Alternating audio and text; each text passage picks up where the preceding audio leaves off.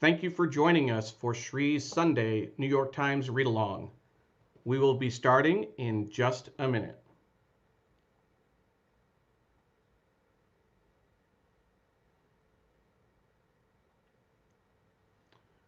We are live on Facebook, Twitter, LinkedIn, and YouTube. Please share. Please tell us where you're watching from.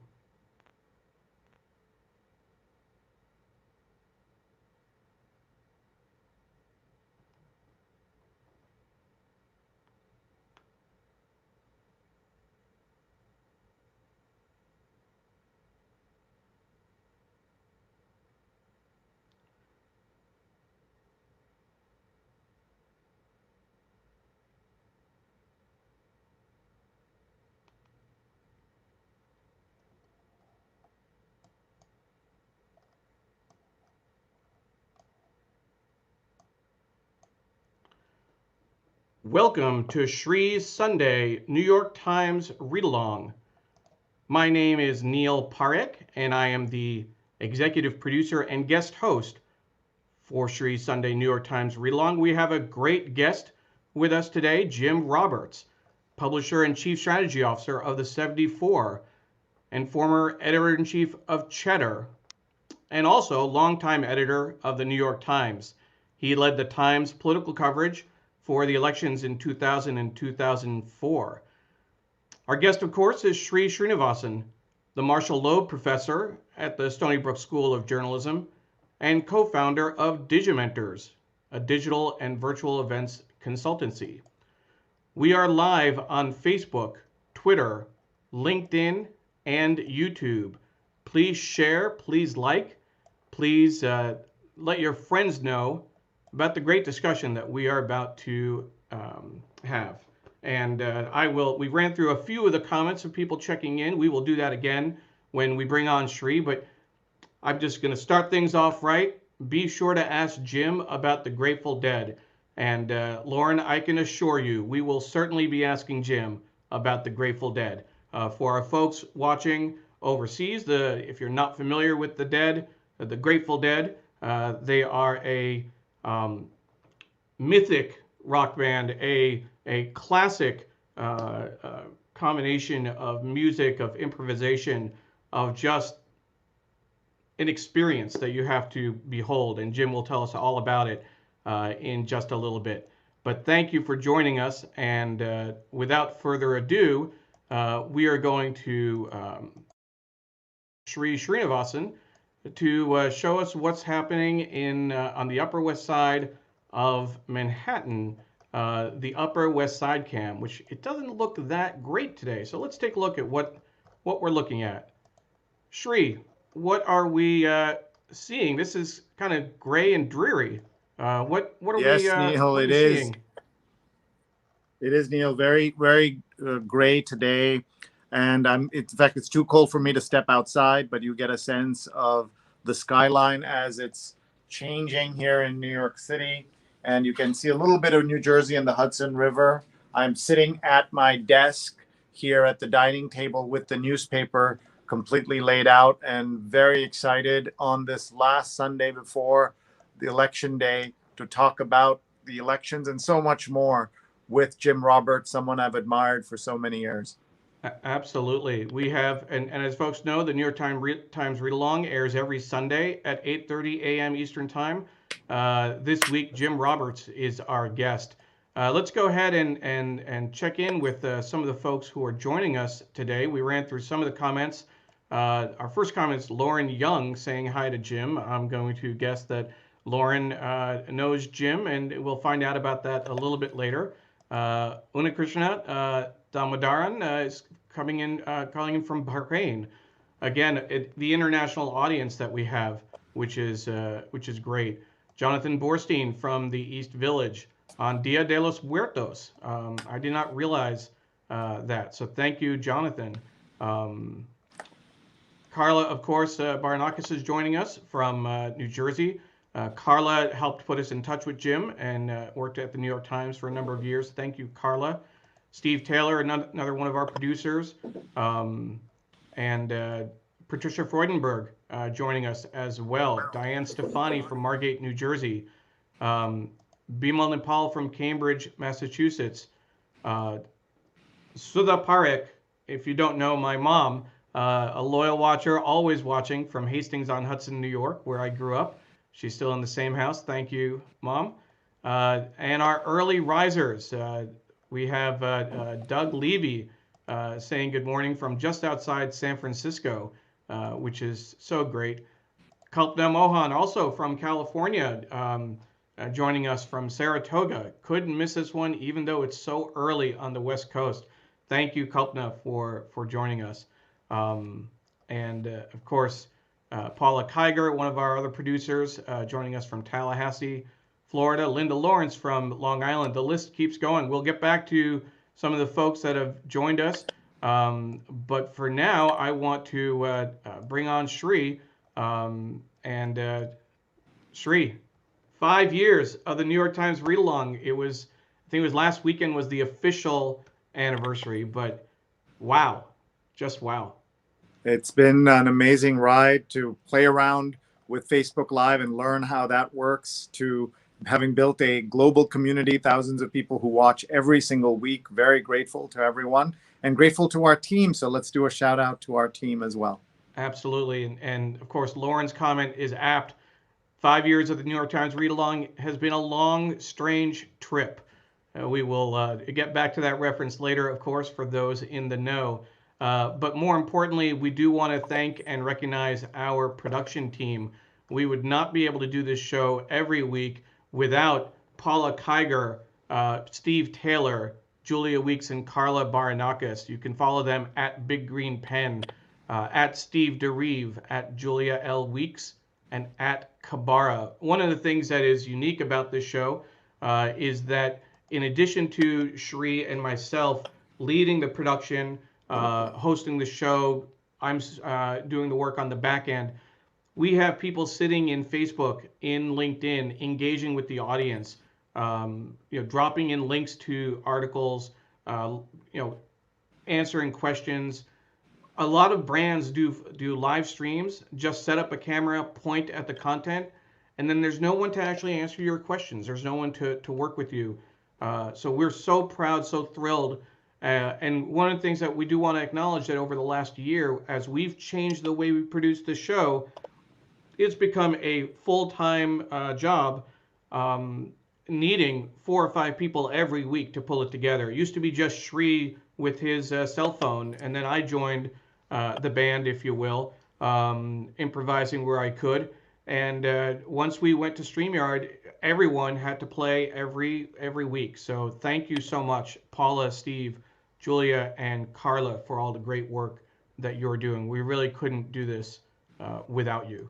And with that, Shri, we also have some sponsors we want to thank. We have great support from our sponsors. And before that, I want to make sure get some shout outs for the team. It's always great to see that. And a special hello to Paula from Mary Jane Conlon Riley. So I'm going to assume that's a friend of Paula's. So Shri, let's I was just talk going to about, say, Neil, please. that part of what we do is our company, Digimentors, which does virtual events. We have taken what we've learned in the New York Times Read Along and built a whole business out of it. And Neil has joined us a few months ago as our VP of events and comms. So what started as a fun adventure has turned into a big, real adventure for us. And we're very grateful to everyone. And so if you have a virtual event you're planning, please get in touch. Or if you'd like your own talk show, as we work with other people around the world, we build talk shows and conferences and summits for other folks. Please get in touch and just email me, Sri@Sri.net. Would love to chat with you about that. But let's get to our sponsors. And folks, please tag and share this with your friends right now. We're going to meet Jim Roberts. We're going to talk about so much going on, and of course, the elections, the passing of Sean Connery, and many, many other stories. We'll also get some of his thoughts on having worked at the Times and led the Times election coverage at pivotal elections such as 2000 and 2004. So everyone, please tag your friends right now. They can watch live or they can watch later. And now let's thank our sponsors. Absolutely. So let's start. We'll start with Muckrack, Shri. Yeah, Muckrack is an amazing company. We do lots of projects with them, including their new talk show, Muckrack Live, and I'm honored to be an advisor to them. Check out our Fundamentals of Social Media course. It's a free certification. It takes about 2 hours of work. You can do it in 2 hours or 2 days or 2 months. Please check that out at mrac.co/social. Absolutely. And in addition to Muckrack, we also want to recognize Strategy Focus Group. Strategy Focus Group is a global team of human capital strategists committed to helping organizations solve people issues within your organization. They do that by working alongside you to solve your toughest problems and helping you capture your greatest opportunities.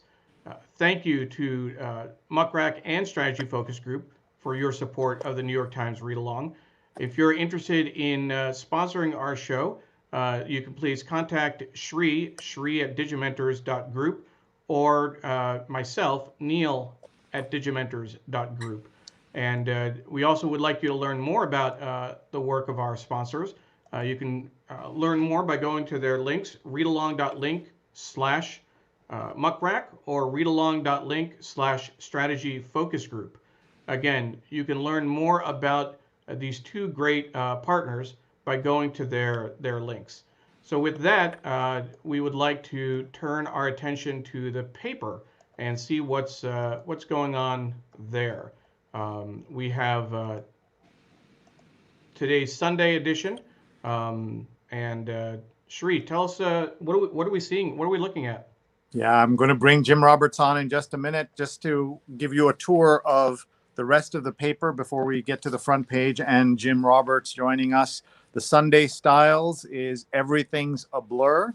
I think this captures a lot of how people are feeling. The Sunday Review is What Have We Lost? All 15 of our columnists explain what the past 4 years have cost America and what's at stake in the election.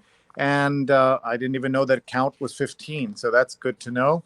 And then the Sunday Business cover, don't even think about parking here, and answering a fast food question if you care. The at-home section is We're Making Our Voices Heard, is the very striking at-home section. The Metropolitan section cover is First 40 Deaths, Now 40 Layoffs, about what's happening in various nursing homes. Real estate cover is Ghosts of Breweries Past, Remnants of a 19th Century Brooklyn Still Exist in a Building Complex in Bushwick. Comments are coming in. Eric Berlin says, good morning from Montclair, New Jersey. Happy to see Jim and Sri together. Thank you, Eric, and great to reconnect with you as well. And feel like a good scream right now. And there's anatomy of cinematic shrieks and wails and why they stay with us. This is going beyond just Halloween, of course. And I was just going to show everyone the back of yesterday's front section of the New York Times is an ad by Facebook. A voice counted is a voice heard. And they say 39 million people have accessed their resources to do with voting information. And I think they've claimed 4 million people have registered on their site. And on the back of today's front page of the New York Times, the front section, is an ad from Snapchat and says, Snapchat has helped more than 1.2 million young people register to vote. I hope it also means that all of those people have gone and actually made the effort to vote themselves. This is a joint ad with the New York Times, nytimes.com/Snapchat Voices and Brand Studio. Lawrence says, Sri, does your paper ever arrive late or do you buy it from the newsstand? No, it arrives here every single day. It's kind of a minor miracle that it's here in time for, by 5, 6 a.m. every single day. One of our previous guests, Andrew Hacker, was talking about the importance of the folks who deliver the paper even during the crisis. And here is Inside Story by Martin Amis is the cover of the New York Times Book Review. So as we look at the front page here, I think this is a good opportunity for us to say hello to a lot of the folks checking in here, and then we'll bring Jim Roberts. Laura Silverman says, good morning from Philadelphia. I really miss New York City these days. I've been thinking a lot about Philly because of the protests in the wake of yet another shooting by the police. Let's see who else is here. Have, lots of other Apollo comments. Apollo is watching from Montclair. Thank you, Apollo, for being here. Ellen from New York City, and the folks from watching all over the world, and especially the Californians. Thank you for getting up early for this. Tom Mercer from Memphis. We went through a few of these earlier. Ronald Craig from Fort Myers. Lots of new folks here. We're here every Sunday at 8:30 a.m. Eastern. Today marks the change of time clocks of the clocks in the U.S. So we're an hour later for most of you than what you're what you're used to. So thank you for sticking with us with the time change. Absolutely. And what I thought we would do before we jump in, I want to just flag another comment, Shri, if you don't mind. Jim, as you're getting ready to join us, we will be, figured we'd talk about the Grateful Dead later, but here's a question for you to ponder or think through. Do you know the inspiration for Steel Magnolia? And tell me if it's steel or sugar magnolia. I think it's sugar magnolia, but you know, some of it we know the Dead. We can talk about that later. We'll talk about my singing Casey Jones to my daughter and realizing there were a couple of lines I had to mumble through. It's not always appropriate to sing to your 7-year-old, but we'll work through that. With that, Shri, why don't we remind folks who's joining us today, and we will then get on with the show. And our guest is Jim Roberts, longtime editor at the New York Times. He led NYT coverage for the 2000 and 2004 elections. He's former editor-in-chief at Cheddar, and he's now the publisher and chief strategy officer of the 74, an important new website that everyone should know. So we're excited to have with us Jim Roberts, an amazing follow on Twitter. So you need to follow him at NYCJim. Please check him out on Twitter and connect with him as well. So let's say hi to Jim. Absolutely. Right here. Hello, Jim. How are you? Greetings. Good morning to you. Good morning. How are you doing today? Very good. Thank you. Great to be here. Thank you for having me with you guys. And thank you for taking the time to join us as well. Really appreciate it. Of course. Shri, over to you. All right. Thank you so much, Jim. Great to have you here and have you join us and talk to us on this very important day, 2 days before Election Day. But more than 90 million people have already voted, which tells you this is an unusual election year.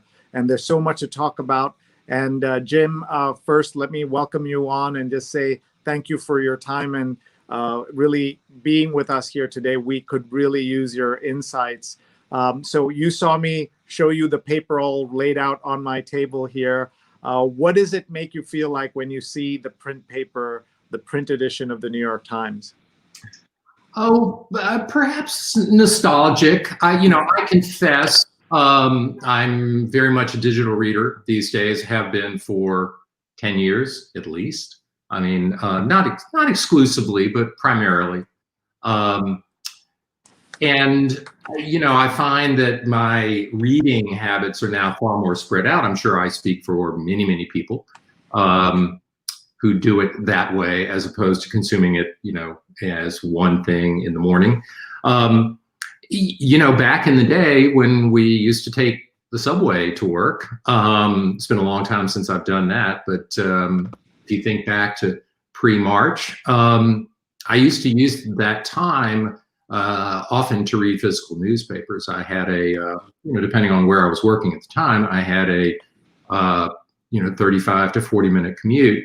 So having something in my hand was actually a very comfortable thing. I would often read the tabs as well as the Times. And I always felt like I arrived at the office really, well informed. I had a bunch of stuff in my head by that time. But these days, my reading is far more spread out. Yeah, I can understand that. And Jim, how are you, by the way, and where are you, and how's your family been handling the pandemic? Good. I'm in Brooklyn. I live in a neighborhood in the southern part of Brooklyn, Bay Ridge. I'm looking outside out this window. It's pretty nice, grayish day. But you know, listen, the pandemic has been a horrific thing that we've gone through collectively. I can find silver linings. Simply. The pace is just different. Working from home is just flat out different, and not altogether bad. Not, there are some things that I do miss, but I've managed, and we are adaptable creatures. And again, if I look for silver linings, I think we've learned something about ourselves. We've learned to act and react and think in different ways that can be nothing but good long term. I'm glad to hear your optimism as you look out into what we're all facing these next 2 days. In some ways, Jim, I can't wait for Tuesday night, and in others, I am terrified of it being Tuesday night. How are you feeling? Well,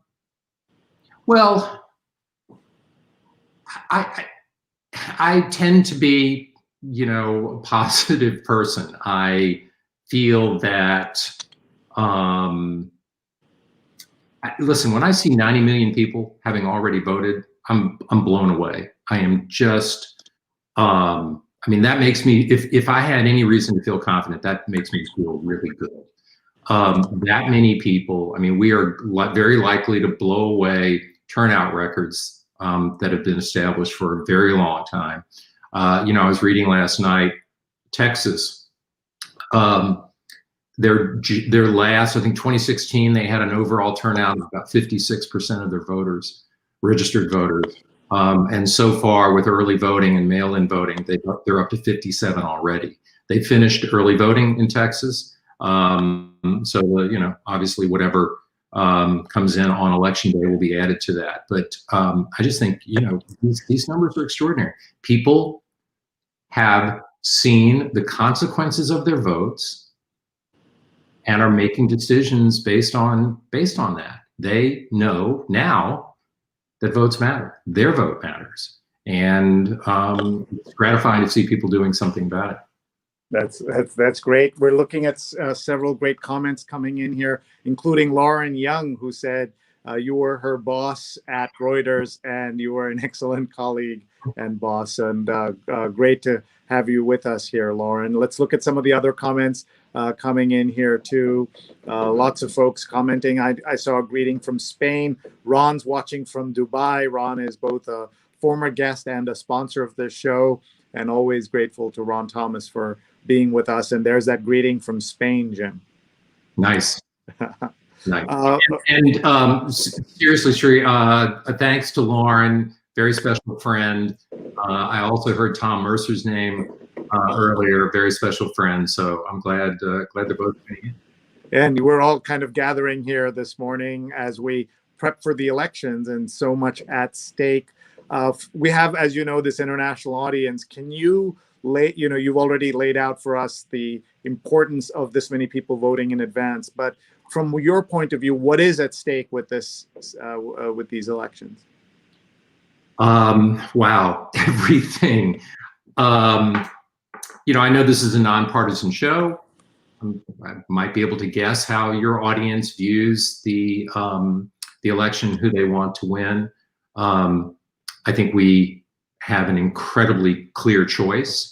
And I think that certainly what we've seen of the incumbent's performance, of the president's performance since the onset of the pandemic, again, is just a very strong lesson in consequences. My personal view, and I'm certainly not the first person to say this, many of us worried when Trump was elected that if the nation was plunged into a crisis, that he would be unprepared to handle it. And that's putting it generously. I think that he is perhaps the worst person to have been in that position to face a crisis of this sort. And we're seeing that. We're seeing the consequences of that. And I think that it's certainly going to be driving a lot of people's vote.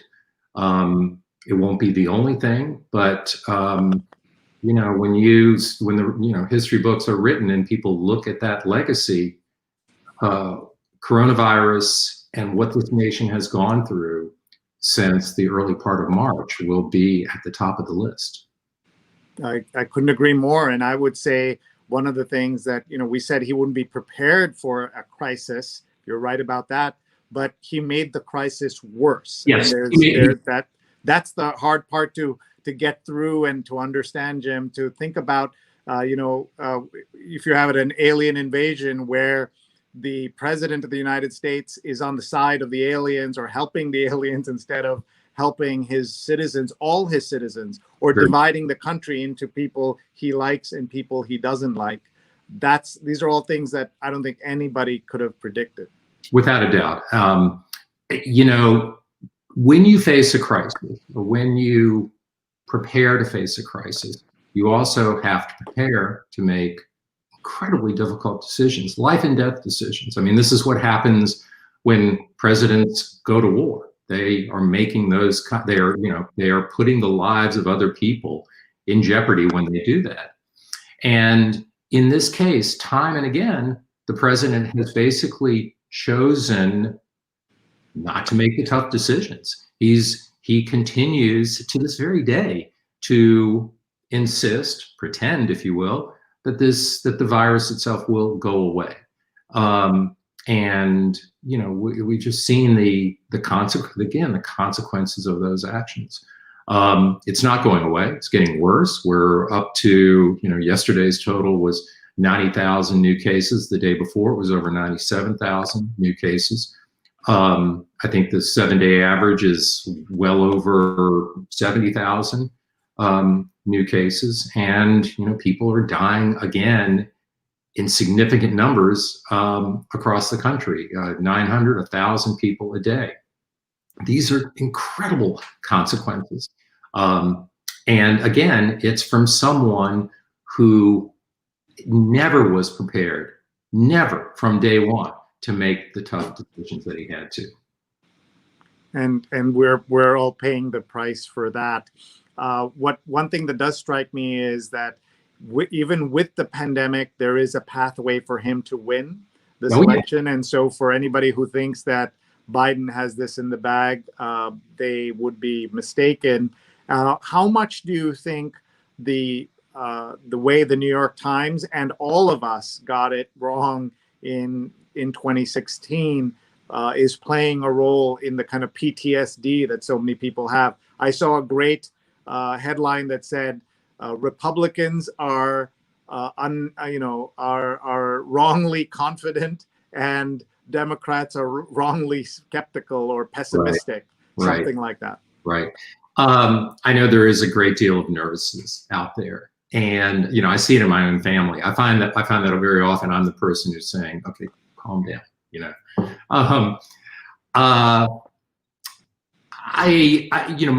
My hope and belief is that the people who do, the mainstream, the polls that matter, learned some very significant lessons in 2016.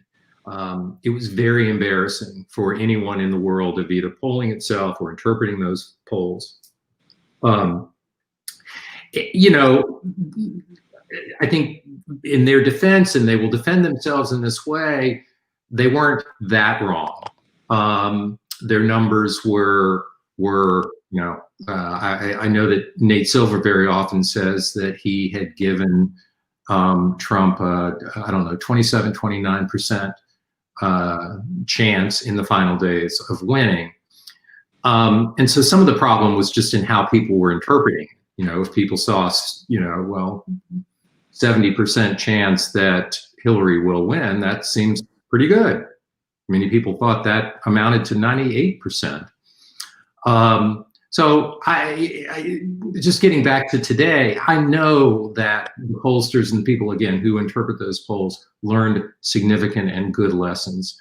I think that they have, in many cases, managed to change the types or the ways that they do their surveys to compensate for it, so that they don't make those same mistakes again. The question is, will they make different ones? I worked with Nate for quite a while at the New York Times. I respect the way he thinks and the way he does his work. And I do think that, one of the bedrock principles behind what he is doing is using the aggregate.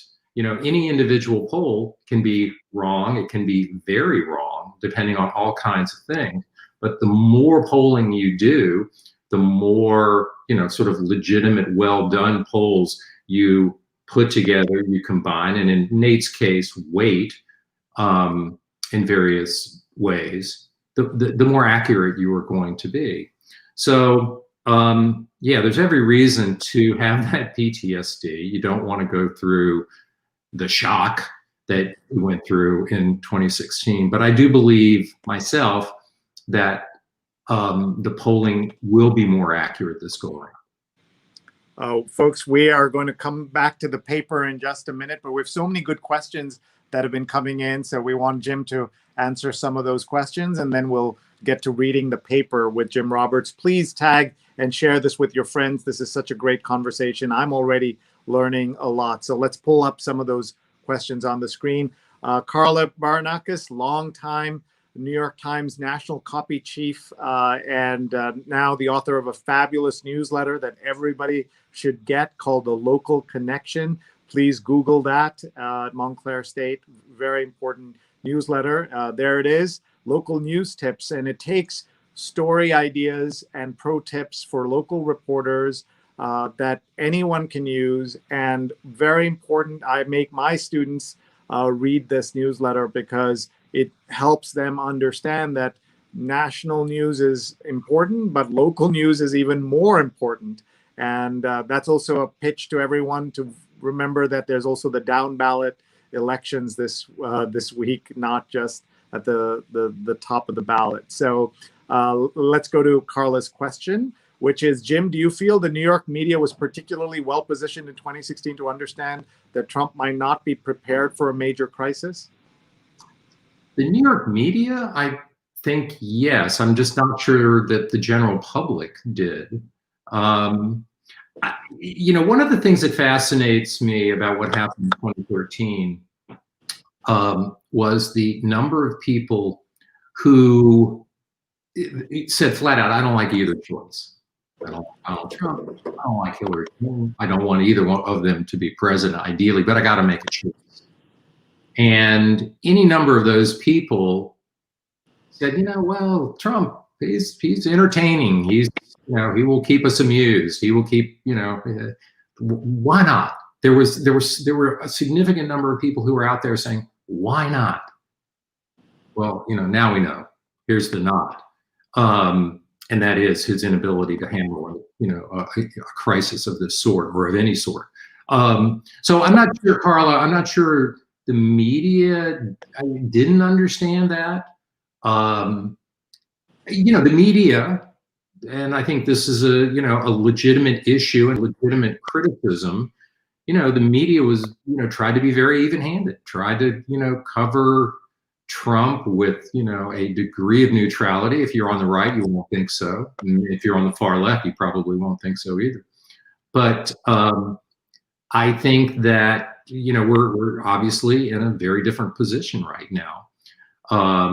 That the media is much more willing collectively to, to put away that, that false sense of balance, or that, perceived sense of balance, and be much more honest with their coverage. But again, to go back to Carla's question, I actually believe it was, it was definitely a significant issue with the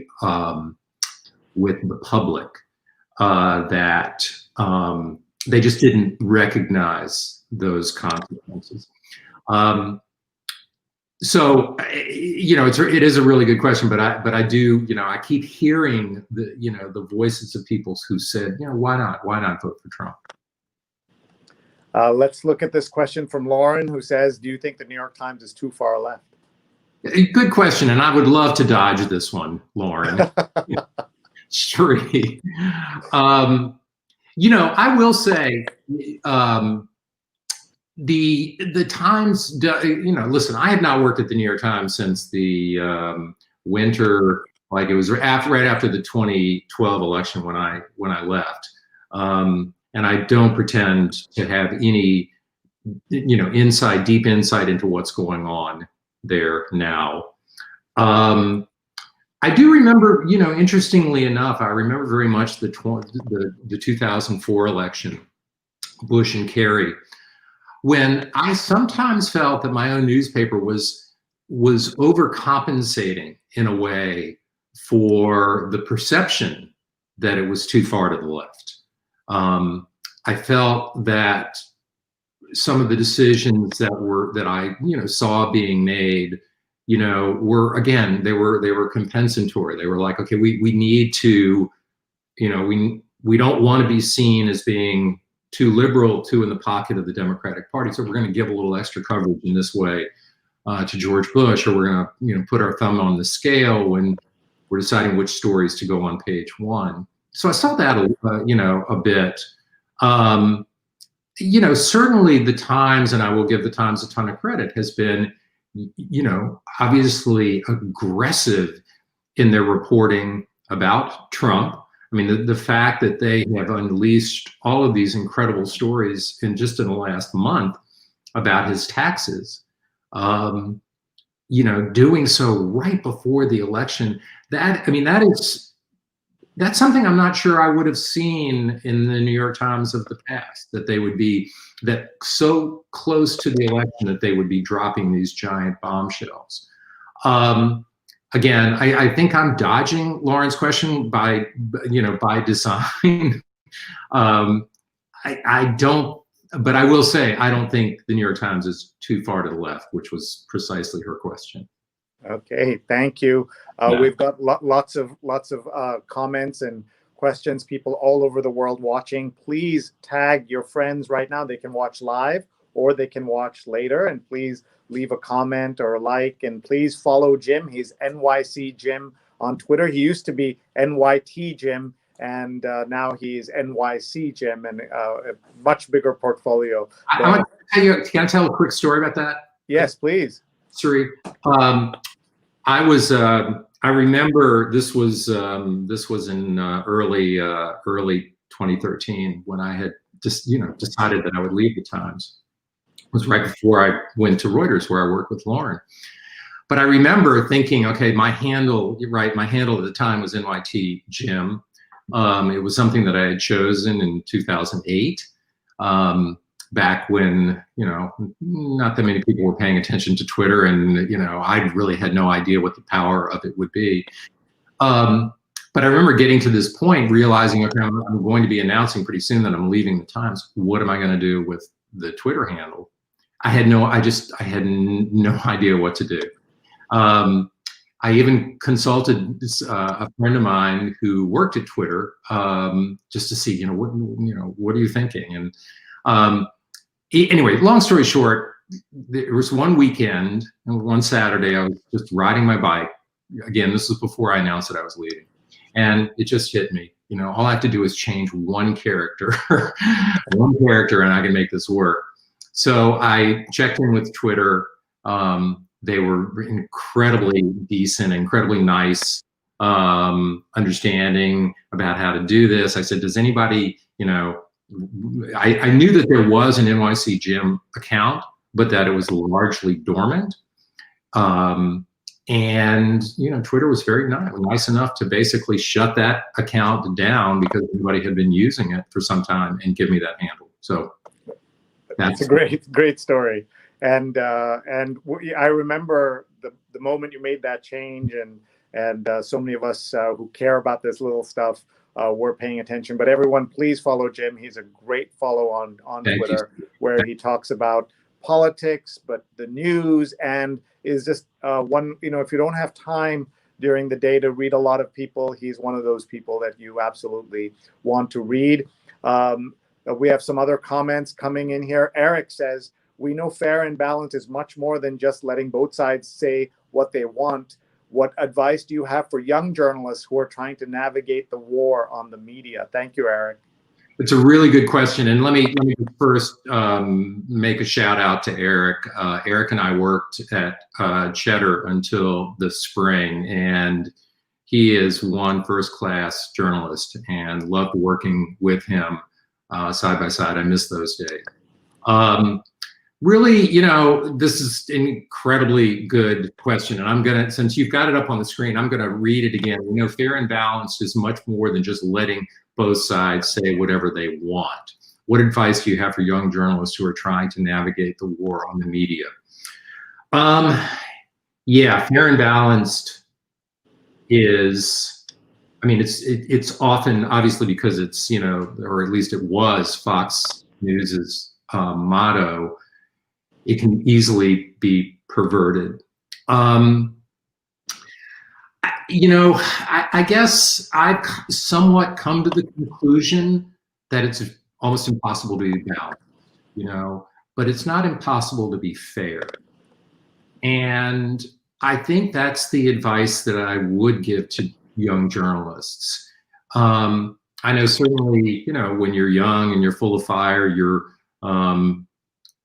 going to be probably more likely to want to take an impassioned stand on one thing or another.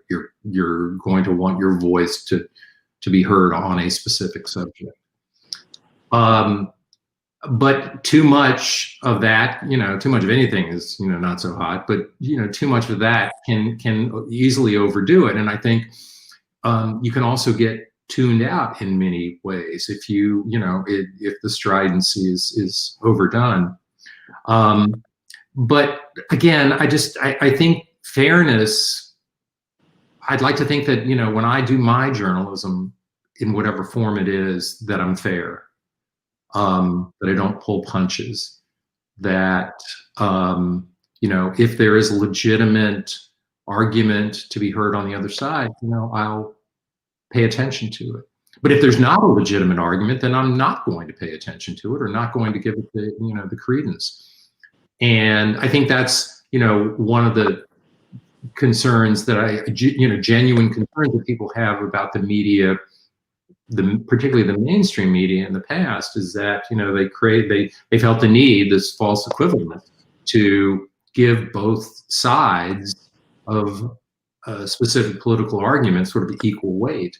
And I think we've learned that we can't do that. So, Eric, to your question, I care a lot more about being fair than trying to impose this very vague sense of balance, because I think you can be fair, and you can be legitimate, and still be honest. Thank you. We really do want to get to the paper, but I see a great question from Marco Greenberg here, who asks, curious if you think there are missing links in New York Times current and past coverage. For example, New York's tech scene, startups and other businesses making a go of it during a tough time. That certainly is a legitimate topic. And I do think that in many ways, the coverage of politics right now has, particularly in the last month or two, has completely overshadowed, the struggle that either individuals are having or businesses are having during the pandemic. And I hope that the media, rights itself. I mean, there's no way in the last week of a campaign that, any, major media company is going to do anything but pay attention to the consequence of this election. But I would certainly hope that whether it's the tech scene or the restaurant scene or schools, that we really need to pay a ton of attention to what has been going on. There are huge crises that this nation does face, has faced since March, and they're not getting better. I mean, you know, we are looking at I hate to sound so grim, but we are looking at a cold, dark 4 months ahead of ourselves here. And it's not going to be easy. And we have so much to think about as we go forward here. Let's get into talking about the newspaper and what's going on with the print edition of the New York Times. And I have the paper in front of us. And Jim, what I'll do is I will just read some of the headlines. Jump in if you have any analysis, feedback, thoughts, critiques, etc. Days from the election, an astonishing number of ballots already cast. A record 90 million votes pour in. Sorting ballots in the election office in Kittanning, Pennsylvania. Are you convinced it's all going to come down to Pennsylvania, Jim? No, I'm not. I mean, you know, I guess I would put together this constellation of states. I'll go with, whatever, the 6 or 7, the battlegrounds that I am paying attention to: Wisconsin, Michigan, Pennsylvania, North Carolina, Georgia, Florida, Arizona. You could throw in Iowa. I think those, I'm going to pay attention to all of them. Obviously, Pennsylvania is really critical and really important. I do want to point out, though, that, the first thing that I did this morning, Sri, was I knew that the New York Times would be publishing the results of its most recent battleground polling overnight. They told us last night that they would be publishing it at 5 a.m. this morning. So the first thing that I did today was to see where those numbers were, because I do trust the polling of the New York Times. They do good work and they know how to do it. It's not going to mean, it doesn't mean they're always going to be right, but they do it as well as just about any other news organization. So this morning, I'm looking over here at my laptop. There were 4 polls that they released today, 4 battleground states. And I think these numbers, obviously, a single poll is just a poll, but this is what I was paying attention to. Biden leading by 6 points in Pennsylvania. And yes, as you say, Pennsylvania could be the tipping point state. 6 points also in Arizona. 11-point margin in Wisconsin, which is, of course, huge. And much closer in Florida, where Biden leads by 3 points. So those were, certainly on my radar first thing this morning. I also knew from last night that the Des Moines Register poll had come out for Iowa, and that told a completely different story. Trump being up by 7 points there, and that was a surprise to me. I had thought, and I kind of still do think, that the race there is closer, but interesting that Trump was doing so well in that state. Okay, so let's look at some of these other stories here. Intense battle to earn votes of Black men. I believe Trump got something like 13% last time. They're hoping for 20% because that can make a difference in several states. Foiled once again, Giuliani's team peddles more dirt. More in the downfall of one-time America's mayor. Tracing now all but impossible as outbreaks tear through the U.S. And this is about the failure of so many governors and mayors and, of course, the federal government. Another story on the front page that I wanted to talk about, the passing of Sean Connery. And to get an A1 obit in the New York Times is obviously a special thing. Last week and the week before, we had guests who do obits at the New York Times, including Neil Genslinger and Amy Padnani, and we talked a lot about how obits get decided and stuff. But I wanted you to just react to the passing of Sean Connery. Well, I, as my family knows, have watched every James Bond movie, in many cases multiple times. it was, sad news to see that when the news broke yesterday morning. But you do make a good point. The Times is very careful on what it chooses to put on the front page of its print edition, and to be sort of honored in that way really is it is a significant mark. And I think that it is a sign that the editors there, really understood, not only that, that he was a great actor, but also a figure of huge cultural significance. Shri, I'm actually jumping in. I don't do this very often. One of the things with Sean Connery's passing, and I shared the news as well. To me, best Bond ever. That's to me not a question. But one of the things, Jim, that came up in reporting about his death are comments that he made about women and violence against women. Yeah. I noticed that, for background, it was an interview, I believe, with Barbara Walters more recently, where he repeated comments he had made back in the 70s, really to the extent that it's okay to hit women sometimes if you've tried to explain things, if you have done what you can.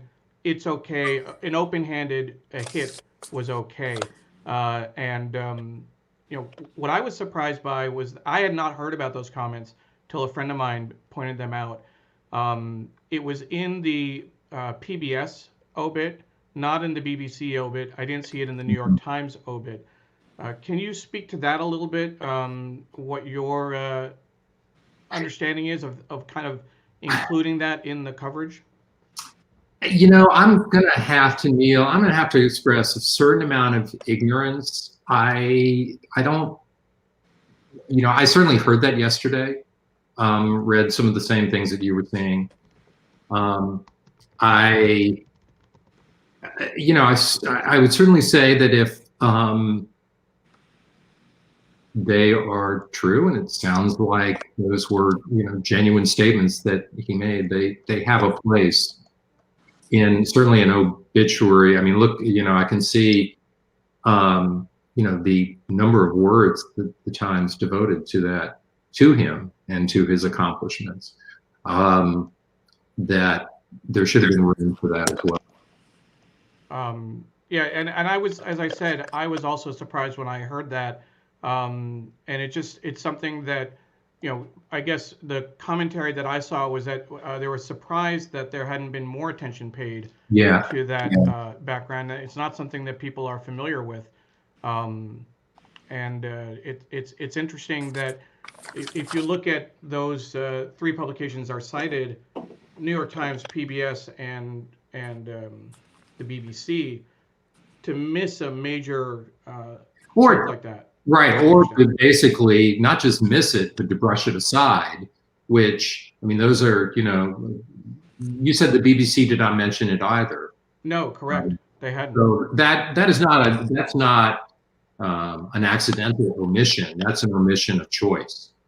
And, in my mind, that when you see a reputable news organization like the BBC not mention something of that sort, again, it is a choice that they made not to. This is the PBS obit. The real Sean Connery, to go back to the top, just to show where the PBS NewsHour piece, and the specific... It looks like it also might be an AP obit mixed together. Was this the...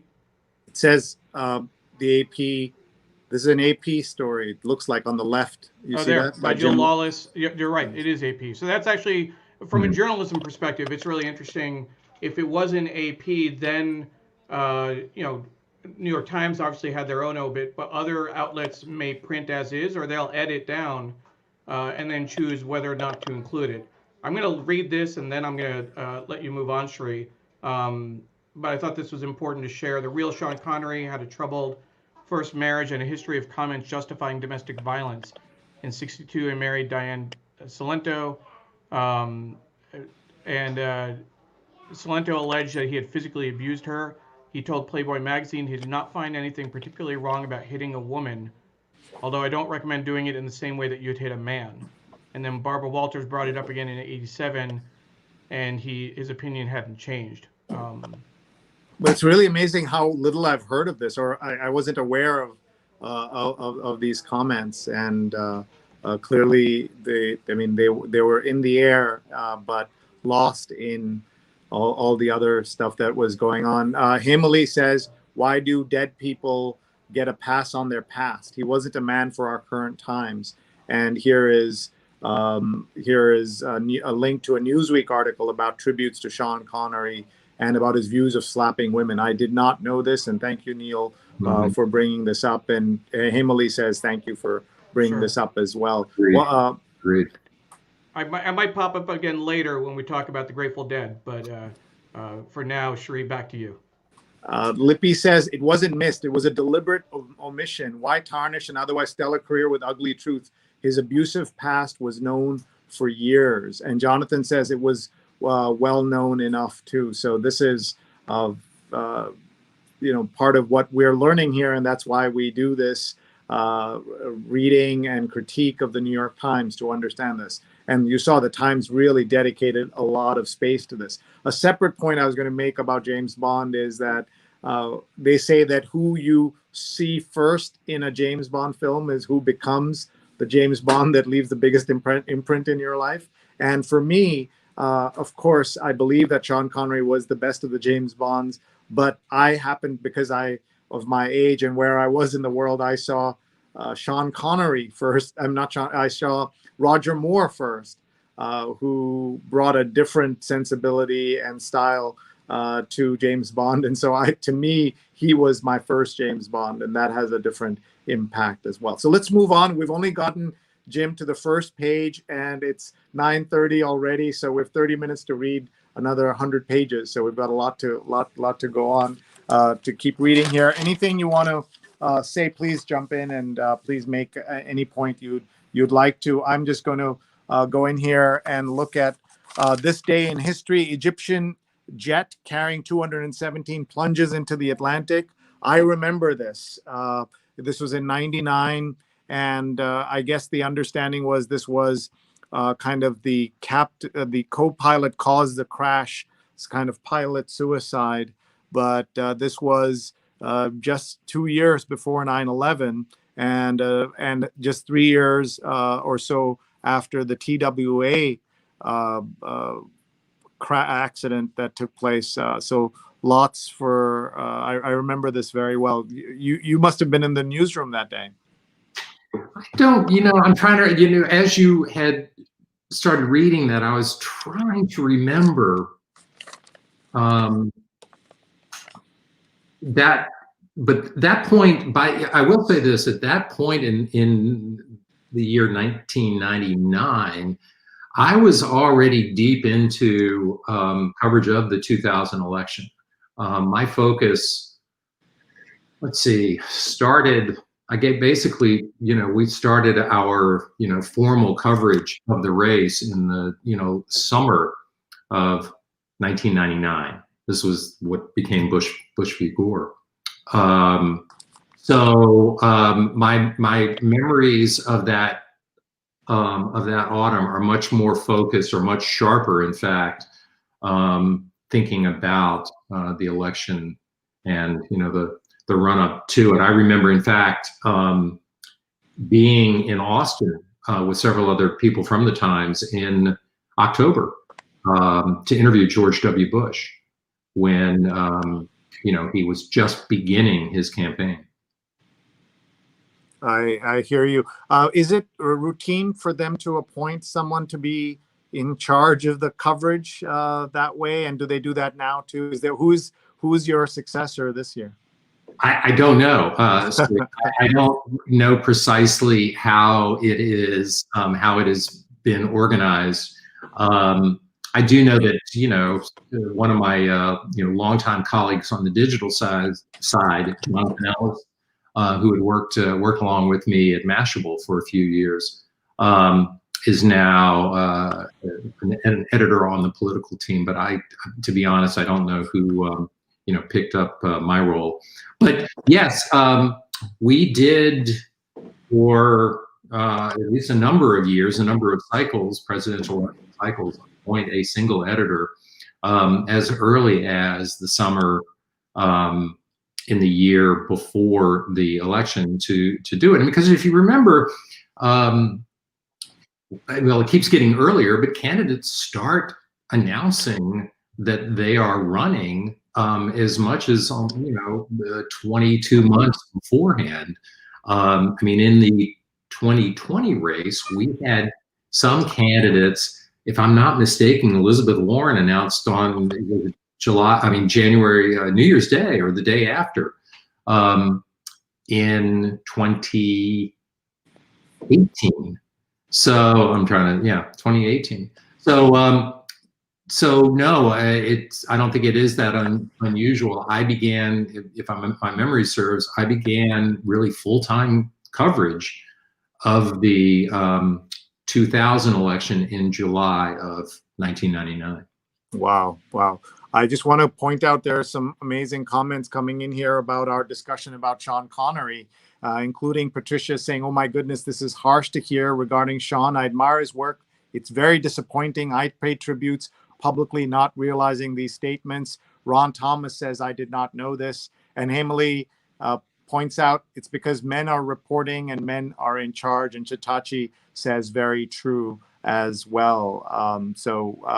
And Diana says, "Thanks for bringing up Sean's dark past. We need to stop celebrating people who abuse." And Sujana says, "Thank you for this as always." Just want to show an unusual obit of sorts in the New York Times here. PJ Anthony, who worked as the bureau manager from the mid-60s until a few years ago, has died. And here's a nice picture of PJ with Steve Wiseman. And so he was really kind of the person who made the New York Times Delhi bureau function, because these expats would come and go, but PJ was there, and he died at the age of 82. So Jeffrey Gettleman has a nice obit in here, of not obit, but an appreciation, which is great to see. Let's keep moving here. Here's that Facebook ad again.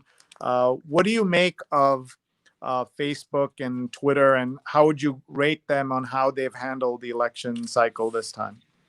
Oh, Sri, that's an entire show. I'm not sure I'm actually gonna recuse myself to an extent. I have a relative who works at Facebook. Okay, fair enough. Yeah. That's fine. A restaurant reinventing itself again and again to survive. Half of the city's 24,000 restaurants could go under, is the headline on this. Have you been dining out, sitting outside and things like that?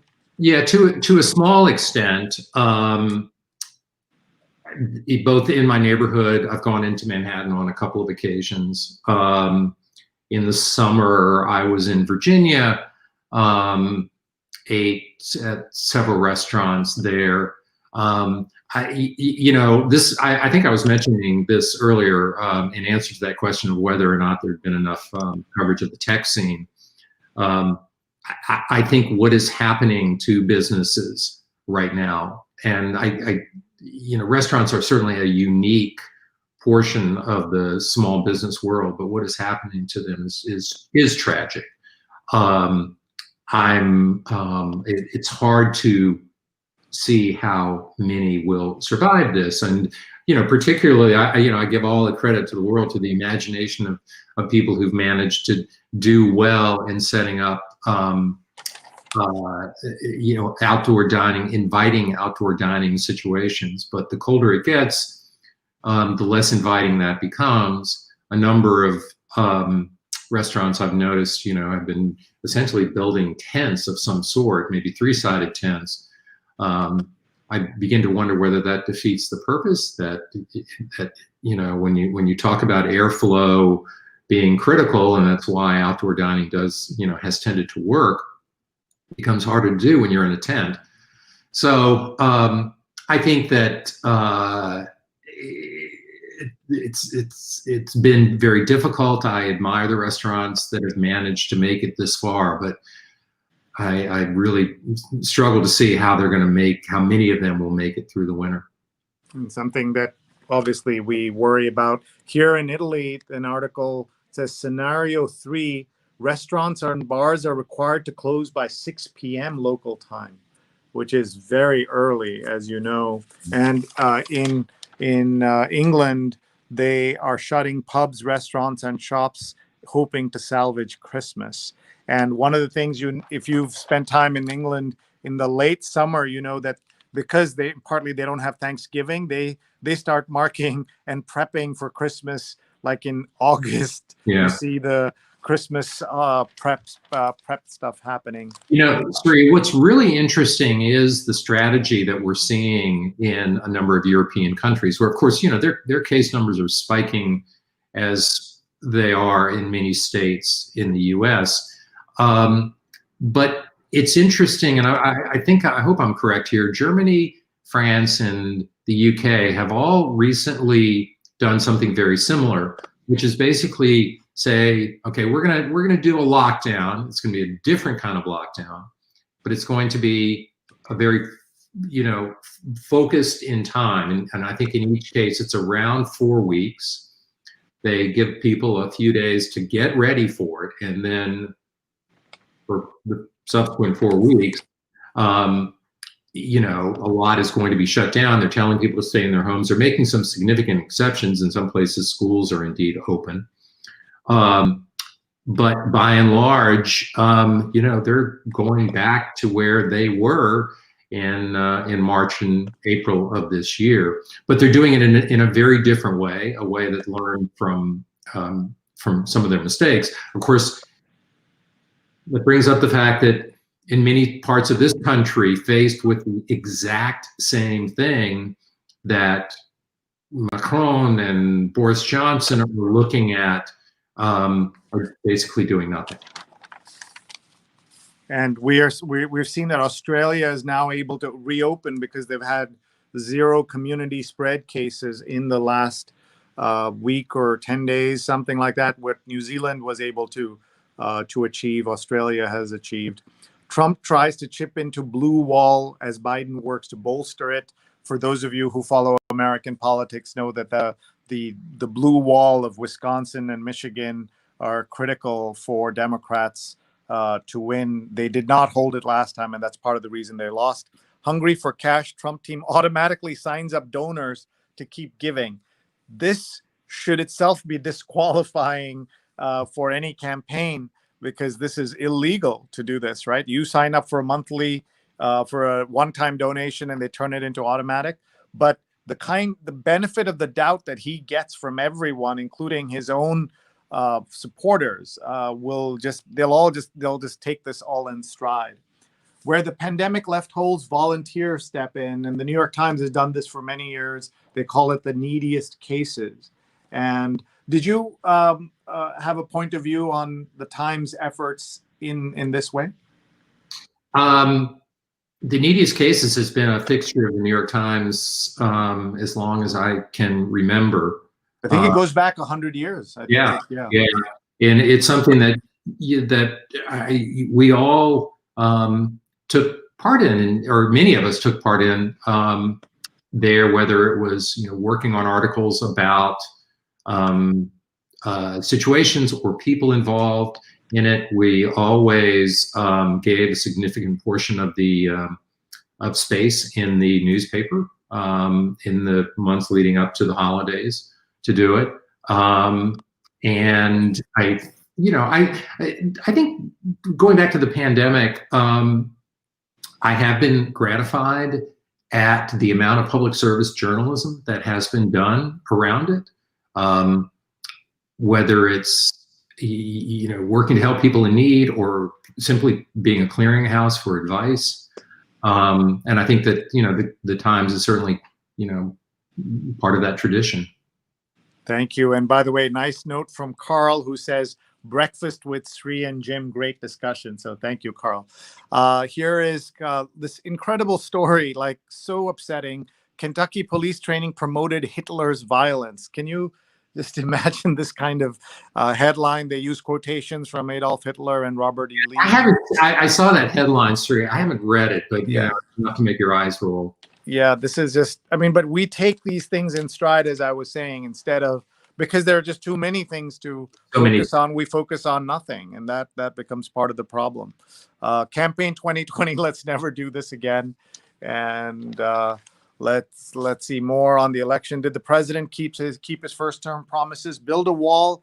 Basically, all but 16 miles of the wall that he built were replacing reinforcement barriers. He did cut taxes, but it benefited the richest people, even though he said it would help the middle class.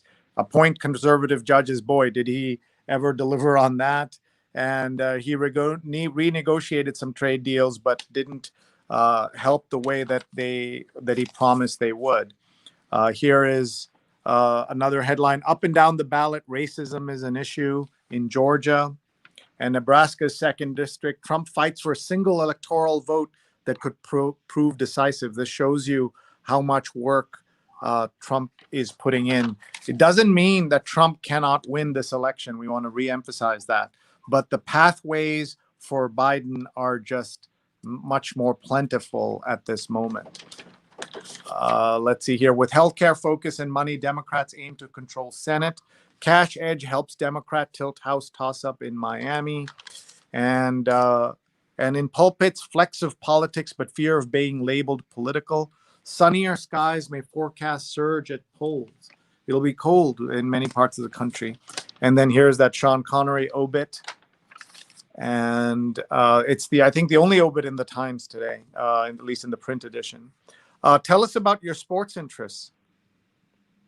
Sports has been a weird year, and I've struggled to get excited. And my family members know this. I often ask, what's the latest with football? Perhaps it's just because everything else seems so dire in many ways. I'm a baseball fan. I enjoy going to games. I enjoy watching it on television. I watch very little of it this year. It just didn't. I don't know. I will give the sports leagues credit for trying. It sounds like the NBA managed to pull things off nicely. I enjoy watching NASCAR, and I will say that they managed to put together almost a full season this year. It's one of those sports that actually you don't really need a crowd because the cars make so much noise. You can't hear the people. Right. Here we are looking at the Sunday Review, and I also want to do a time check. It's 9:45, and I know that it's important for us to make sure we have time to talk about the Grateful Dead with such a big Grateful Dead fan. So here's what I suggest we do. We talk about the paper for another 15 minutes, and then I've got to go prep for the show that runs at 11 a.m. Eastern time. She's on call with our friends Sujana Chandrasekhar and Marina Kurian that'll air at She's on Call. This is a fabulous show. Everyone should watch this at 11 a.m. Eastern time on Facebook and Twitter and YouTube. So please navigate there and join us. So I'm the co-executive producer, so I'll be in Neil's seat to do that. And I suggest in 15 minutes, Neil come on to this show and run a conversation. We'll finish up the conversation with you, and you guys can geek out about the Grateful Dead as much as you like. Okay. All right. So let's just look very quickly at the headlines here in the Sunday Review. All 15 of their columnists talk about what the past 4 years have cost America and what's at stake in this election. Nick Kristof, Trump has exploited and betrayed my friends. Nick, as you know very well, writes a lot about rural Americans. Frank Bruni, I can't look at America the same way. Jennifer Senior, Trump has normalized selfishness. David Brooks, smashing the decency floor. Michelle Goldberg, 4 years of cultural impoverishment. Paul Krugman, Trump's long international legacy. Roger Cohen, he severed America from the idea of America. Tom Friedman, the world has gotten darker. You get the idea of all of this. And here's Brett Stevens, who is one of the conservatives says Republicans trash their reputation, and Maureen Dowd, it's exhausting to be outraged all the time. I think that captures it pretty well, how people are feeling, that everyone's outraged all the time. Here are some of those comments. We allowed some of our worst fears of our founders to come true, says Charles Blow. And this is a look at all these, how people are feeling during the pandemic. And this is an interesting, I'm trying to figure out what this is. The first day is the day of the Civil Rights Act, which outlawed discrimination based on race, color, gender, sex, and national origin, was signed into law. The second is the day the Supreme Court affirmed a woman's right to choose an abortion. And so they're showing this being erased. I guess this is one of those op art pieces, even though it's not labeled as such. And so that's what you're seeing. And Hank Willis Thomas says, over the past years, we've lost nearly everything and nothing at all. Nothing was lost, but everything. Everything that is won can be lost, because winning and losing are nothing after all, is this here. And moral injury is Jenny Holzer, the famous artist.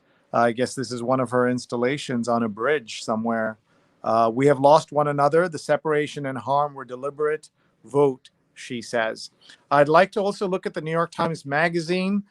Neil has a video that they use to set up the magazine. So let's see if we can bring that up, and also get Jim's thoughts on generally the magazine as an experience and as a reader. Shri, before we do that, we will show the magazine. I might push that to the 10 o'clock. Can we ask Jim about his work with the 74? He recently joined them as the publisher and chief strategy officer. And then we can squeeze that in before you leave. Sure. Hey, thanks, Neil, for teeing that up. I have a few thoughts I wanted to, talk about. I joined the 74 just a few short weeks ago. It's a nonprofit publication. It is devoted to K through 12 education, although we go a little earlier and go a little later in that span, some too. The publication is about 5 years old. It really is the premise is very simple. Every kid deserves a quality education, and it is in the best interests of everyone to ensure that. The trouble is that education across this country is inherently inequitable. It has a lot to do with where you live, the wealth of your neighborhood or the wealth of your county. People of disadvantaged backgrounds, communities of color are disadvantaged, no question, by the education in the current educational system. So the 74 is dedicated to looking at those inequities, to looking at ways in which children can be better educated, and ways in which some of those basic inequities can be erased. And we're looking at the website real quick, Jim. What do people find when they go to the website? Obviously the pandemic is a huge portion of our coverage, because the pandemic itself has been this extraordinary disruptor of education across the country. When I think about the primary impacts of COVID-19, what it has done, if you think about it, obviously there's an enormous health impact. That sadly goes without saying. There certainly is a business impact, whether it is the millions of people who have lost their job, the businesses that are closing. We talked about the restaurants. There is the political impact, and there's no question in my mind that COVID-19 will be one of the key issues that will inform people's electoral decisions. And then fourth is the impact on education. Millions of kids were within the span of a couple of weeks, were basically thrown out of their schools. Their parents were forced to cope with both having them at home and trying to figure out how to educate them remotely. As we've gone through and we've gone into now the 2021 school year, the big question is, you know, how are the kids faring? What's happening? And what we're learning is that, yeah, there's been some, you know, great strides made. We've learned a lot about, you know, how to do school over the internet, but we're also learning that it doesn't completely replicate in-person instruction.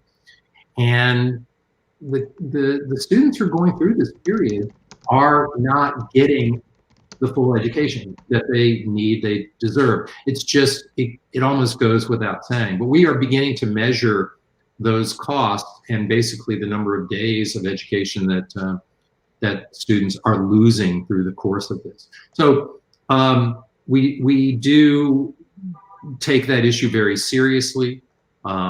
We take equity as an incredibly important and serious issue.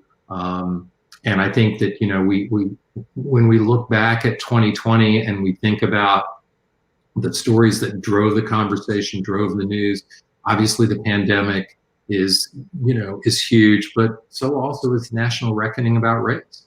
And I think what that means for our educational system is going to be an issue and going to be a story that that carries with us going forward. Great, thank you, Jim. I just want to say one really quick thing, please, about the 74 and about the world of nonprofit media. This is a big deal. What is going on? It's a business model that has been building for a number of years, but I think that in the course of probably the past 2 or 3 years, nonprofit journalism has really become a very, very important contributor and an important protector, if you will, of the media. And I'm really excited to be part of that world. That's great. Shri, I know you want to get to the magazine. Did you want to? Sure. Let's let me just, while you teed that up, let's just ask Jim about his thoughts as a reader of the Times Magazine. I like the magazine. I wish I had more time with it.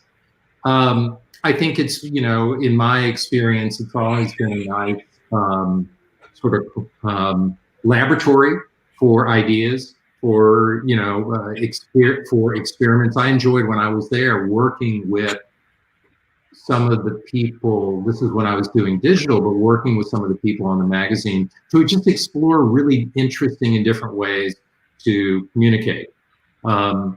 I think some of the more interesting experiments had been conducted by the team with the magazine. I want to also, Sri, to point out, when you were going through the review, the one thing we didn't talk about, or if you mentioned I missed it, was the headline on the lead editorial today, which if you have it in front of you, you might be able to read. But it was basically, why Republicans don't want you to vote.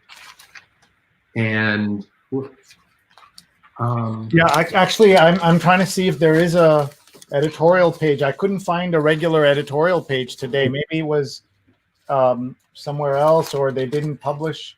This feels like to me like a special issue online, and I don't see an unsigned. Are you talking about like an unsigned editorial?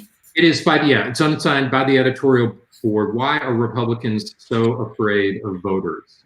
Yeah, for some reason I don't see it in the print edition very easily. And, but go ahead and read that. That sounds like this is one of the things I've been complaining about nonstop, that one party doesn't want people to vote in America. I think in most countries it's understood that whatever the divisions, let's get everybody to vote. And a lot more people do vote in other countries percentage-wise. I think Minnesota is our highest percentage of voters, and even they hit 78, 79, something like that percent. This year, of course, it's all, we'll see new numbers in all of this. Right. Jim, right. I just want to check, is that online, the only unsigned editorial is Obituaries for the American Dream. Is this what you're referring to? No, I'm referring to why are Republicans so afraid of voters? If you go to the homepage of the Times, and So that could be from tomorrow's paper, or it could be from yesterday's paper, right? This is the fun of the digital world now. As I said earlier, I tend to read most of my content online, but Yeah, no, I bet you that's from tomorrow's paper, or they're kind of, I don't know if it's mixed in with the endorsements or. It was actually put online 4 hours ago, so it's an interesting piece to discuss, and that's part of the challenge. Excuse me. When you're looking at the homepage, when you're looking at what's in the print edition, we also find, it'll be different based on when I get the paper here in Virginia, the metropolitan section will be different than what Shri is obviously getting in real estate. But this is a great headline. Why are Republicans so afraid of voters? And there is no both sides to it, and the whataboutism and all of that is part of the issue. So for those of you who have been watching, thank you so much for joining us as we've talked to the great Jim Roberts. Please follow him on Twitter, NYC Jim. I want to let you know what's coming up before we show the New York Times Magazine is that today we have two shows that our team is working on. So right after this at 11 a.m. Eastern, with a little break in between, I'll be in the driver's seat with the director's chair as we look at She's on Call, the show with two fabulous surgeons talking about medical issues, and they have a bariatric surgeon and another doctor joining us today. So that's at 11 a.m. Eastern, and you can ask them anything about COVID and much more. And then tonight we have our positivity episode, and we have a fabulous guest. Anurima Bhargava is Vice Chair of the U.S. Commission on International Religious Freedom. She's the president of the Anthem of Us. She's former chief of the Educational Opportunities section of the Civil Rights Division of the U.S. Department of Justice. And she is a terrific speaker and someone who will give you lots to think about before you go into election week. So please join us at 9 p.m. Eastern time with the new time overseas because of the time change. That means it's 7:30 a.m. in India instead of 6:30 a.m. in India. So with that, we're going to look at now the New York Times Magazine cover, and then I'm going to switch out and hand this over to Neil and Jim Roberts to spend an hour talking about the Grateful Dead. Here we go. Here we go.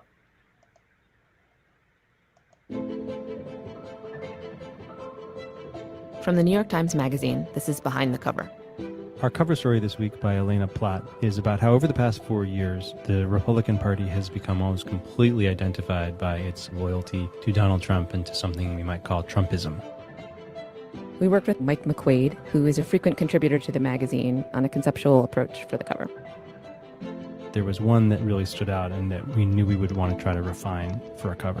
When he initially sent us the sketch, he had collage elements in the trunk that were the Republican Party platform. We decided to make those elements headlines from the 4 years that Trump has been in office. It's not strictly a timeline, but there is a feeling of chronology to the way that the headlines are used. The initial line that we got in his image was a great line, but we ultimately went with whatever happens on Tuesday, the presidency of Donald Trump has transformed the GOP. I sometimes think about how things will look as a record of history, and I liked the way that line places you in the immediacy of the moment. No matter what happens on Tuesday, there has already been a really profound transformation in the country's politics that we'll be reckoning with for a long, long time. All right, there you go. That's the cover of the New York Times Magazine for this week. And Jim, I'm going to step aside here, but Neil's going to stay. I want to thank you for your time, your insights, and also want to just remind everyone to please follow Jim because he's such a great follow on Twitter. Someone who started using Twitter early, understands that you can use it with some personality, with a point of view, but still at the heart of it is his journalistic use of it. Lauren says, so nice to hear your voice, Mazel's on your new gig. And I think that sums it up very well. Lauren was the first to comment. And so Ellen says, great program. It's not over, folks. I'm stepping aside and handing over to Neil and Jim. And everyone, please join me tonight at 9 p.m. Eastern for Positivity Night and at 11 a.m. Eastern for She's on Call. And we will be live Monday night at 9 p.m. We'll be live again during the elections with the COVID call as we contemplate how America is now hitting 100,000 new cases after all the pain and suffering that everyone's gone through. Just absolutely unacceptable that this is the situation we're in. And final plug that I want to make to everyone today is that I hope you will read my weekly Sunday note. This week it's about there's a lot more on the ballot than the presidency. Down ballot races matter and could affect your life as much as who's in the White House. On the cover is this blanket that my wife made for me on my 50th birthday this week, and we didn't get to celebrate it properly, and I blame Donald Trump for that, in addition to so much more. But if you if you have this in your inbox, I hope you'll open it. If you don't have it, you can subscribe srinet.substack.com, srinet.substack.com. Thanks very much, everybody. And thank you, Neil, and a great work by our team of Paula Kiger, Carla Baranauckas, Steve Taylor, Julia Weeks, and to everybody who watched 5 years of the New York Times Read Along. So grateful to everybody for making this something so special. And join us next Sunday, 8:30 a.m. Eastern. We will have another very important episode of the New York Times Read Along. And please tell your friends and family about this as well. Thanks, everybody, and goodbye. Thanks, Sri. Bye, Sri. Jim, thank you very much for staying and for joining us this morning. Of course. I'm glad that we were able to talk about the 74 and get the New York Times Magazine in. We'd love showing, I mean, the New York Times Read Along, for folks who are new, is an homage to the New York Times, of course, and print journalism. But there's so many great things that happen online that we do want to sneak them in occasionally. Showing the video of the cover is just one of them. That's good. We have a few minutes left with you, and I think that Ellen's comment might be an interesting way of kicking things off. The Stones are the best, but the Grateful Dead a close second. Those are fighting words in some places, Jim.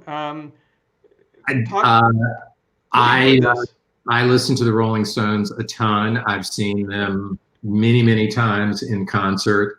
I had tickets to their summer tour this year in the U.S. That sadly was canceled because of the pandemic.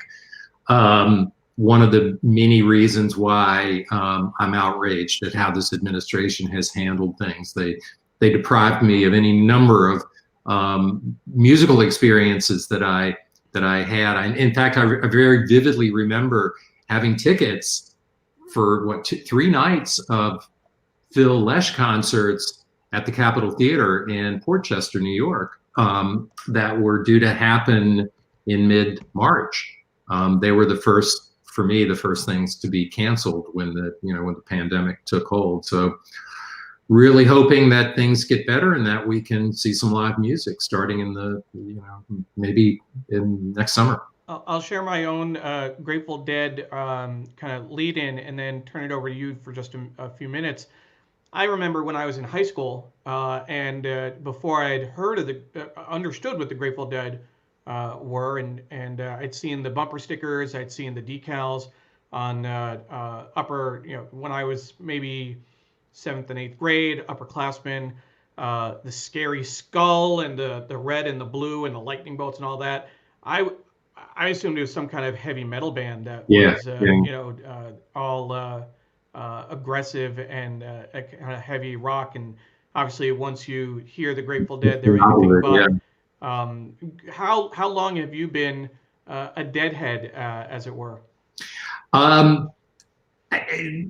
I would put my conversion, if you will, it began to take hold in I'm going to say it's either 1976 or 1977, when I first, when it really kind of grabbed me by the throat and pulled me along.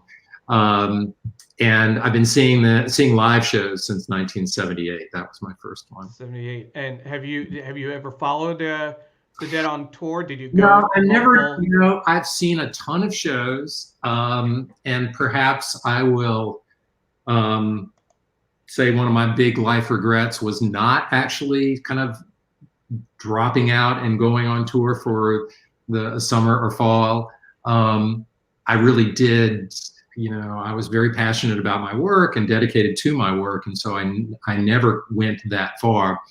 I will say that I do have these fond memories of when I was working at the New York Times.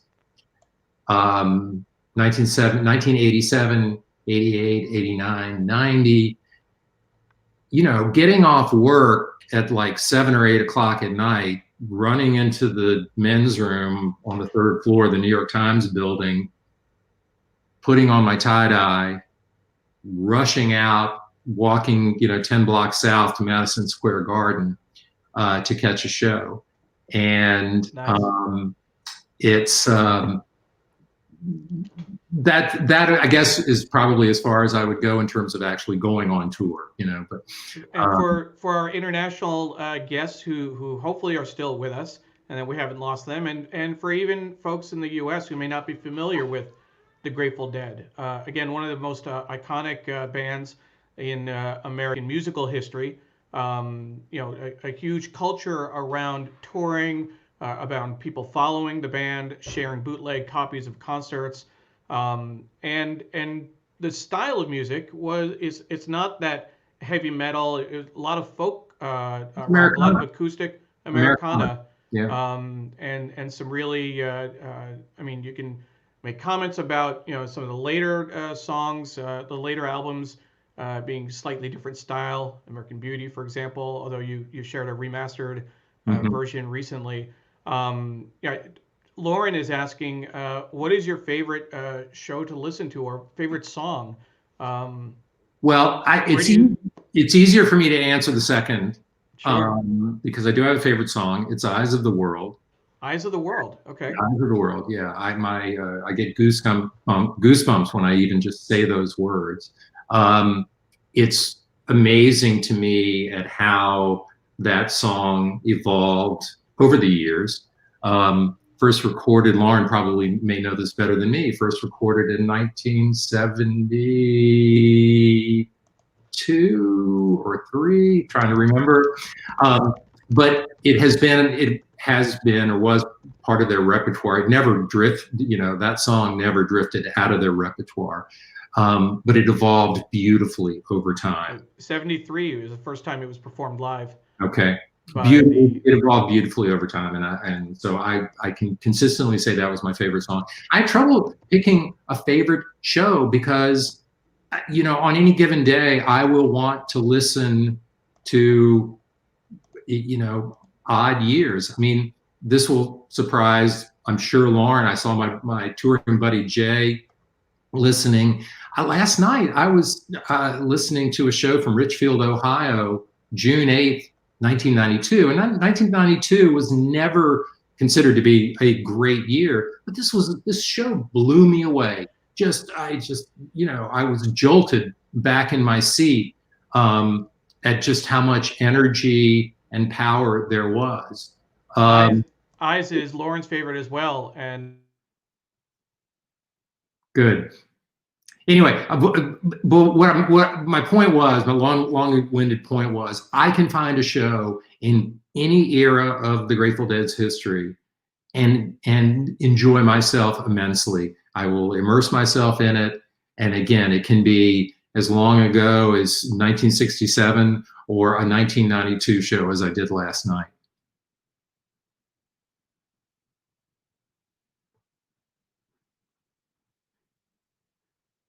And it says a lot about. I think we lost you for a second there, Jim. Are we I'm back? still here, yeah. But sorry about that. I guess you lost me for a second. Yep. Say Lauren was saying, he says a lot about your friendship that you have the same favorite song. Yeah. And I was just showing something from the Grateful Dead website, and Jerry Garcia, their frontman for. I will just to amplify, Neil, because you mentioned what I was tweeting about over the weekend. Yeah. I do think if you're really into the Grateful Dead, and I was telling my friend Jay this yesterday, the remastered version of American Beauty, which was just released, is stunning. It's an album that for anyone who has followed the Dead, even casually, that it is such an iconic album, recorded in 1970. It has, to this day, some of their most beautiful original songs on it, including Ripple, Friend of the Devil, and Box of Rain. No, American Beauty is I wanted just to make sure I was clear earlier. American Beauty is the standard. It was the more recent. There was a more recent album, I think, that came out in late 90s or so. One of their later, a lot of these long iconic bands, the more recent work is just not up to par, not the same level as something like American Beauty. American Beauty is certainly the pinnacle. Yeah, it's very special. And this new release, it was like hearing the album again for the first time. There's so much more detail in it. The differentiation of the instruments is so much clearer. The harmonies come through better. It's really worth paying attention to. It's just a very, very different experience than what I remember. Worth taking a detour from campaign news, as you said on Twitter. Totally unprepared for what I'm hearing in the just released remaster, which is just great, just great. Patricia was saying nothing else beats the love and peace you felt when you were at a live concert. She's right. She's very, very true. We have more than one fan in the audience. But with that, the last comment I wanted to show, and Patricia was also saying about Meadowlands on a clear summer night was great.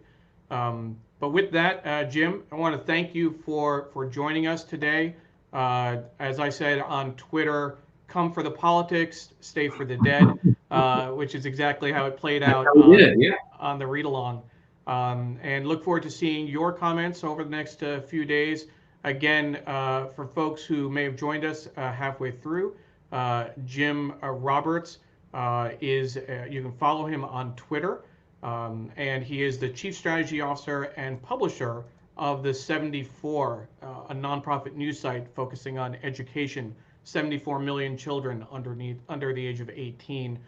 But he's a longtime editor of the New York Times and led the New York Times election coverage in 2004. And you can follow him at NYC Jim. Any last words, Jim? Any last thoughts? I'll give you one last word. Vote. Absolutely. Vote. I voted yesterday, early voting. I hope everyone gets a chance to do that. We need it more than ever. Nothing's more important than that. Thanks again for your time, and we'll see everyone. You guys did